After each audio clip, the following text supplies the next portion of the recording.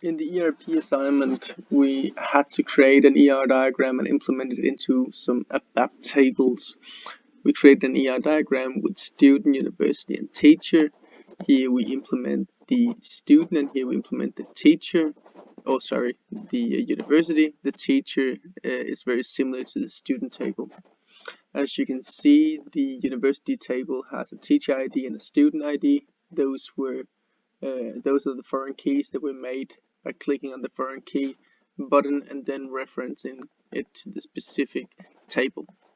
Next, we also had to create a search help for the name of the university in the university table, and that is a simple SE11 transaction where you just choose search help instead. Next, we had to create a report list with modelization method, and we created a function where we calculate the VAT of the price. Then we call the function down here, and then we write the new name of the VAT price, and then it's being printed out here. And as you see, here's the original price, and here's the price including VAT. We also created some joins. We created two transparent tables with orders and product, and then we put in a foreign key in orders with product ID, and if those two match, then it should show these specific fields that we specify in view fields, and this was our output.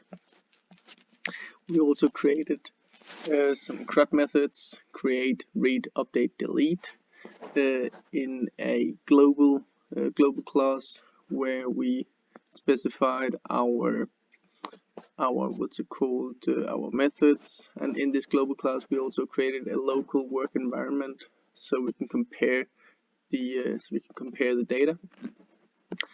Behind these methods we have some logic where you see that we have create order, and then it takes these parameters and then it inserts it into the table from the work area.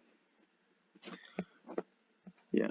To this we also created some screens with some associated flow logic behind.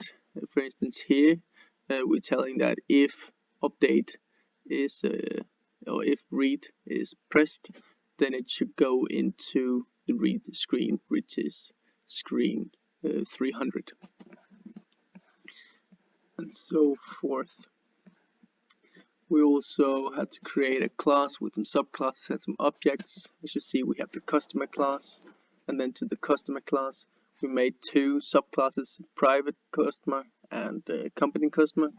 And to these we made two objects, one for company customer and one for private customer, as you see here. And then we have the output right here. We also created a simple ALV list. An ALV is a very efficient tool to use when you, for instance, want to sum up columns. Next was that we had to add a method to our ABAP DinPro application, and we just added a new VAT function where it calculates the company VAT.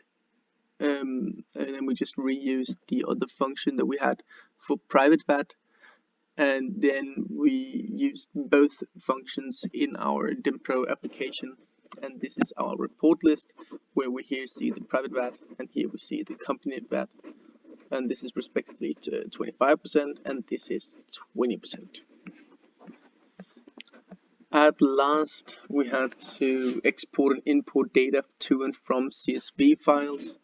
To export data to a CSV file, first we created an ABAP table with some data, and then afterwards we imported this into a CSV file. We specified the file path or the file name, and then we have it right here in our new CSV file.